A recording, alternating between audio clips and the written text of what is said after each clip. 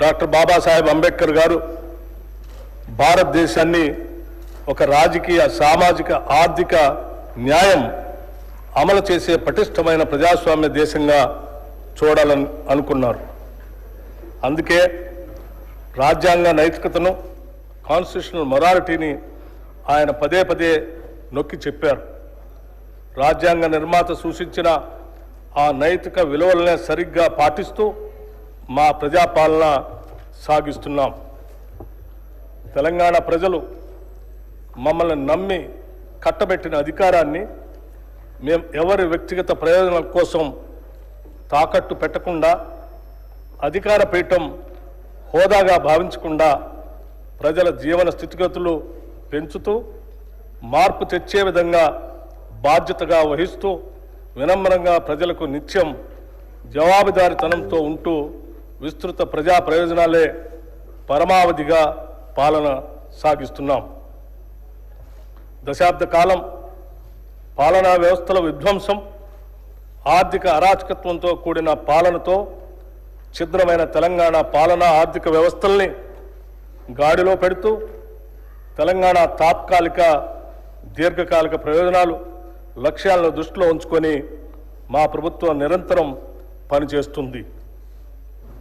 నిజం కూడా ప్రతిరోజు ప్రచారంలో ఉండాలి. లేదంటే అబద్ధం నిజంగా మారి రాష్ట్రాన్ని, దేశాన్నే కాదు ప్రపంచాన్ని కూడా నాశనం చేస్తుంది. ప్రభుత్వం చేసే ప్రతి చర్యలో శంకిస్తూ నిరాధారమైన విమర్శలు చేయడమే కొందరు పనిగా పెట్టుకున్నారు. సోషల్ మీడియాలో, సొంత పత్రికల్లో అబద్ధపు వార్తలతో ప్రజలను మోసం చేస్తున్నారు. ఇటువంటి విమర్శలను సమర్థవంతంగా తిప్పికొడుతూ వాస్తవాలను ఎప్పటికప్పుడు ప్రజలకు తెలియజేయటం మా బాధ్యత. నిజం ప్రజలకు చెప్పకపోతే స్వార్థపరులు ప్రచారం చేసే అబద్ధాలే నిజాలుగా భ్రమించే ప్రమాదం ఉంది. అందుకే ఎప్పటికప్పుడు సత్యాలను ప్రజల ముందు ఉంచుతూ ముందుకు సాగుతున్నాం. రాష్ట్ర ప్రయోజనాల దృష్ట్యా సమాఖ్య స్ఫూర్తిని మా ప్రభుత్వం కొనసాగిస్తుంది. సమ్మిళిత అభివృద్ధి, సంక్షేమాలను ప్రజలకు అందించేందుకు గాను ప్రజాస్వామ్యబద్ధంగా ముందుకు సాగుతున్నాం. అభివృద్ధి, సంక్షేమం, సుపరిపాలన అనే 3 అంశాలతో తెలంగాణ నమూనా నేడు దేశం మొత్తానికే ఆదర్శంగా నిలిచే విధంగా కృషి చేస్తున్నాము.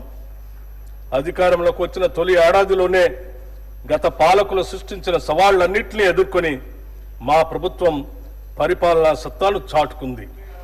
అయితే అదే సమయంలో లోక్సభ ఎన్నికలు రావడంతో ఎన్నికల నియమావళి అమల్లో ఉన్నందున అభివృద్ధి పనులకు కొంత విరామం ఏర్పడింది. తెలంగాణ రాష్ట్ర దీర్ఘకాలిక అభివృద్ధి లక్ష్య సాధనకు మా ప్రభుత్వం కట్టుబడి ఉంది. గౌరవ ముఖ్యమంత్రి శ్రీ రేవంత్ రెడ్డి గారి నాయకత్వంలో తెలంగాణ రైజింగ్ 2050 అనే ప్రణాళికతో మా పాలనని ముందుకు నడిపిస్తున్నాం. ఈరోజు మన రాష్ట్ర ఆర్థిక వ్యవస్థ పరిమాణం $200 బిలియన్.